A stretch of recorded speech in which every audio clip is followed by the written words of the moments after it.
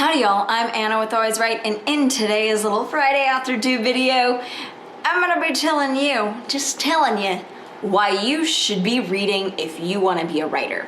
So this video is gonna basically have three main chunks to it. The first chunk is gonna be my history on reading. That way you understand where my advice, where these pointers, these facts I'm spitting at ya are coming from. The second chunk is gonna be tips on getting back into reading. Now, if you're sitting there and you're like, I think I have my reading on lock, I would still suggest listening to that section. And then the last chunk of this video, which hopefully will be the bigger chunk, is going to be why you should read as a writer. Let's get into it. So, fun fact about me, I was a very gifted child when it came to reading.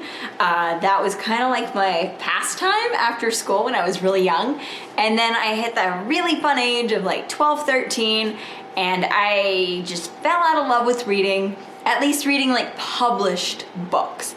Keep in mind, at this point, there wasn't a lot of solid middle grade books out there. There was the C.S. Lewis series out there, sure. There weren't books out there like there are now, and there was basically no young adult section when I was young. So instead of being able to go to the bookstore and get a John Green book and be set, excited, I went to Quizilla and Wattpad, and I also wrote fan fiction for Quizilla and then Wattpad.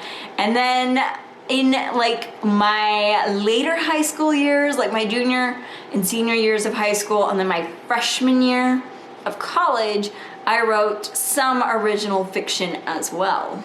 And I have a core memory, if you will, of my mother kind of reprimanding me on just reading Wattpad. And this was basically a 4-year reprimand from her. It was my junior, senior year of high school and my freshman, sophomore year of college.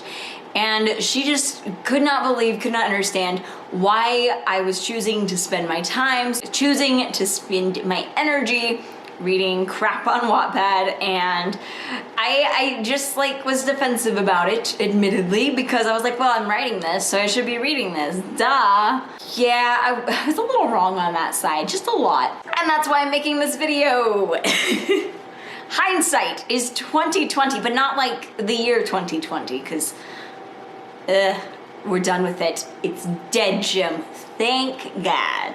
Once I kind of outgrew Wattpad, and when I say outgrew Wattpad, I don't mean I'm too good for this. It's more I was having a hard time finding good quality writing on Wattpad, because there were a few years there where Wattpad was just kind of barren. It was taken over by 13, 14-year-old girls that didn't respect commas, and they probably still don't to this day. And it just was hard to read as a college student. And I finally broke up with Wattpad and I stopped reading it after my sophomore year of college, and I did not read real fiction. No, I did not. I did continue to buy books, but I did not read these books. Basically, once I broke up with Wattpad, I would read a book a year. If it was a good year, 3 books a year, and I thought I was doing well. And then I saw that one YouTube video where it's a guy that wants to learn how to read faster and wants to read more. I thought that was interesting. I was oh, okay, I see you. I think I can do this with my life. And then I didn't do it with my life until February of 2020. That is the time period that I sat down, I looked my face in the mirror, and I went, we gotta get our shit together. We need to get back to reading. We used to love it. We can do this. And I did it. Between February and the end of December of 2020, I read 29 books, which was up from my 2 or 3 books that I had read in 2019. Also in 2020, I wrote a first draft of a book, and I started editing it, and I realized, oh wow, I have learned a lot from reading these published books, reading in general. I see things in my book that are missing, that need improvement, that I wouldn't have noticed before I started reading. And that leads us into our second part of our video, the tips and pointers and tricks on reading more. You may be sitting there and going, wow, Anna, that's really cool that you read that much. But I'm not a booktuber, I'm not a YouTuber, I'm not an author tuber. I'm just, you know, I'm a human, Anna. I have like daily life, I have things I have to do. I do too. My secret though is audiobooks. Now, there are some major benefits to audiobooks, such as being able to listen to them while you're doing other things like cleaning or gardening or just like some menial tasks where you can't have your eyes looking at your phone to read or looking at a physical book to read. Now, audiobooks are expensive. I very much so understand that point because I listened to quite a few of my books from 2020 on like Audible. Like, okay, I paid for them and oh girl, that gets expensive fast. So there is an app. If you have a smartphone, which you probably do, I highly suggest you download this app. It is Libby, Libby.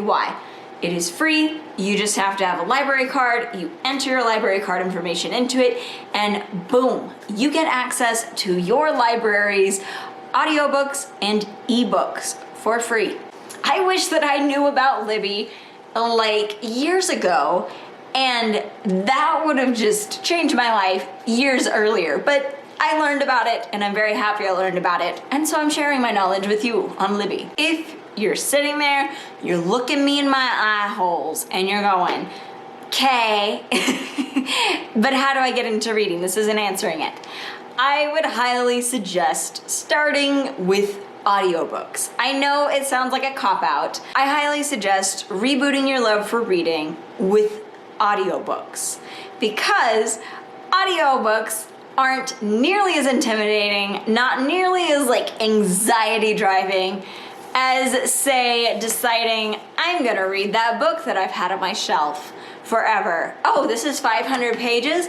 Oh, you don't see this thickness and go, oh shit, I finished 3 books last year, this is gonna take me 6 months to finish.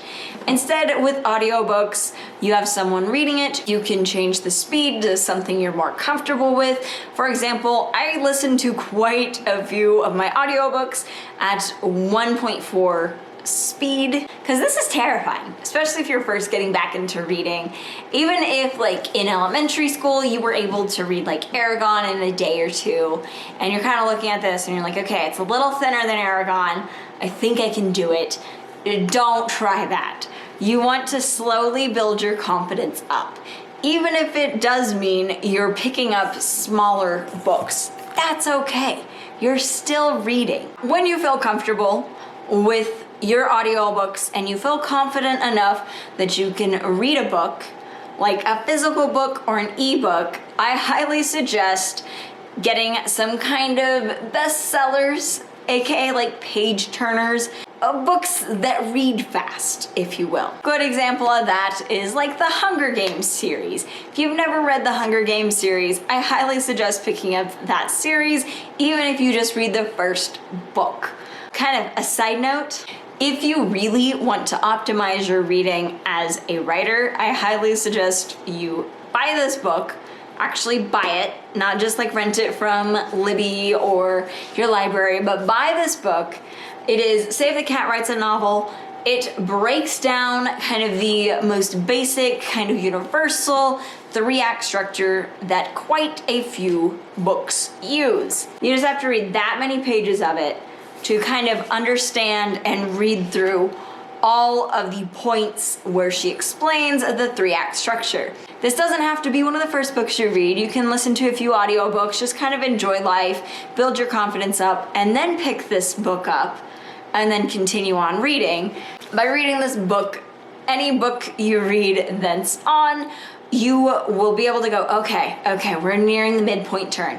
What's the author gonna do? Is the author gonna do like a false victory? Or are they gonna do like a false loss? Like, what are they gonna do? And you can kind of see pacing and see storytelling in a very broken down sense where you can digest it and you're able to go, okay, I think I know where the author's going. Okay, that's how the author handled this. That's how the author decided to do the catalyst. That's what their opening image is. It'll really help you if you just pick up, say if the cat writes a novel, you just read the first 85 pages, see what kind of the breakdown of the 3-act structure is, and then continue on reading. I can definitely tell you that reading the first 85 pages of Say If the Cat Writes a Novel really just opened up the world of storytelling to me. It took away like the illusion of, oh, how does the author come up with all this? How are they able to process getting into the second act? How are they able to do their conclusions so well? This book will drastically change the way that you read if you approach books with like this mentality. That is, you can also like flip that switch in your brain and go, stop it, you're gonna enjoy this. But it is good to have that option. Slowly build your confidence up in reading. That is the key to reading more. And no, listening to audiobooks is not you not reading the book. You are still experiencing the book. You're just not seeing like the sentence structure. You're not seeing the prose on paper. Instead, you're hearing it. And guess what? That still counts as reading a book. Also, as a side note, if you have Amazon Prime, you can probably download some audiobooks for free. They're kind of limited, but there are some audiobooks I know that I was able to find that were free for Prime members. Also, if you subscribe to Audible, you do have access to quite a few free Audible audiobooks, not just like the ones that you use your credits for, but there are some, like I know Don Quixote is an option if you're very interested in it. I don't know if Les Mis is, but there are a lot of classics that are available on the Audible store for free. If you listen to a few books on Libby and you're wanting some specific books that your library may not have, or the wait in your library is like 6+ months, I have some of those on my hold list and I'm just eyeing it and I'm like, it'll be worth it. But if you want to listen to them right away, I would suggest Audible, or in fact, you can usually buy like the Kindle version and then tag on the audiobook for a much reduced price. That might even be cheaper than Audible. I know that's what I did for the Savior's Champion, is I bought the Kindle version for 99 cents, and then the audiobook, if you tagged it on with the Kindle, was like $7.99. So for the ebook and the audiobook, it was less than $10, including tax for me. Side note, you gotta learn how to work the system. One last little tip for getting back into reading is to set an annual goal for yourself. A reasonable annual goal. You don't want to sit down and go, I'm going to read 72 books this year, and you've read 2 in the last year. I don't suggest that. I would definitely suggest limiting your thing, especially if you're just beginning, to 1 or 2 books a month. That way it is an achievable goal and you don't feel like, oh shit, I've fallen 10 books behind. I'm screwed, bye world. Anyway, those are my tips for getting back into reading. Now for the reasons you, a writer, should be reading. The first thing is by reading books, you are learning passively, usually, you're learning the basics of storytelling. By reading, you are exposing yourself to the norms for publishing. What I mean by that is kind of how the paragraphs are laid out, how sentences are generally structured. I know that there's quite a few questions on the internet on, oh my God, how do I get better at writing sentences? Literally go read. If you expose yourself to proper published fiction, then you will see proper English or whatever language you're reading in. But you will see the proper usage and the standard usage of the language. And that is huge. I know people always say, oh, but you know, like rules are meant to be broken. you have to know the rules. You have to know the rules very well before you can go off and la-ti-da, dance through the flowers, break this rule, break that rule. But you need to understand the basics and you need to see how they work. Also, by reading books, especially if you're reading like the ebook or the physical book, you will learn more about author voice. Because that is also a big question, is how do I develop an author voice? One way you can do it is by reading a lot of books that have very strong author voices. If you need a suggestion for a good, mild author voice, I would highly suggest The Stars We Steal by Alexa Dunn. Reading this book, even though I did only get halfway through it in 2020, really opened my eyes to kind of a way to achieve an author's voice, and an author's voice that I like. So if you are struggling with author's voice and you're like, I just don't understand it, man, I would highly suggest reading this. She has pretty good examples throughout of a good author's voice. It's not too strong, it's not overbearing. It might be a little distracting at first, especially if you've been reading kind of the more classic styles like Sarah J. Maas. She has a specific writing style. She has her own kind of writer's voice. And I will say Sarah J. Maas, with her author voice, it's definitely more subtle. It's just extended sentences. She does a lot of kind of comma INGs. That's what she likes to do a lot of. Alexa Dunn's author voice is a little different. It's not so much long sentences. In fact, her author voice uses quite a bit of sentence fragments. As a side note, it is going to be easier for you to detect, to see, and experience an author's tone, an author's voice in a book if you read the physical book or the ebook compared to the audiobook. Because with the audiobooks, I love them, I highly suggest them, I listen to a lot still. But with audiobooks, you're kind of being exposed to the narrator's tone and voice a little stronger than the author's voice, because you don't physically see the sentence breakdown and the sentence structures. So like I said earlier, once you get the confidence up with listening to audiobooks, you feel like you're ready to start reading like physical fiction, such as ebooks or physical books, I would highly suggest you start diving into physical books or ebooks so that you can start digesting, consuming the proper structures, as well as author voice. And lastly, by reading more books, you will start to see trends in tropes and themes that are common in different genres. If you are looking to self-publish your fantasy book, you need to be consuming self-published fantasy. Well-written, well-reviewed, well-liked self-published fantasy, but still you want to see the tropes that are in your specific publishing genre. There is a difference between self-published writings than the traditionally published writings.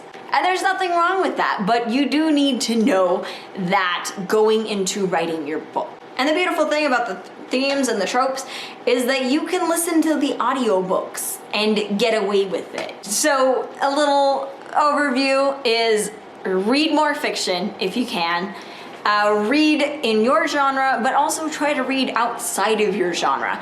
That way you can experience different kind of sentence structures, different authors, different author tones, author voices, and different tropes and themes that you may be able to blend into your genre. That's enough for today. Thank y'all so much for watching.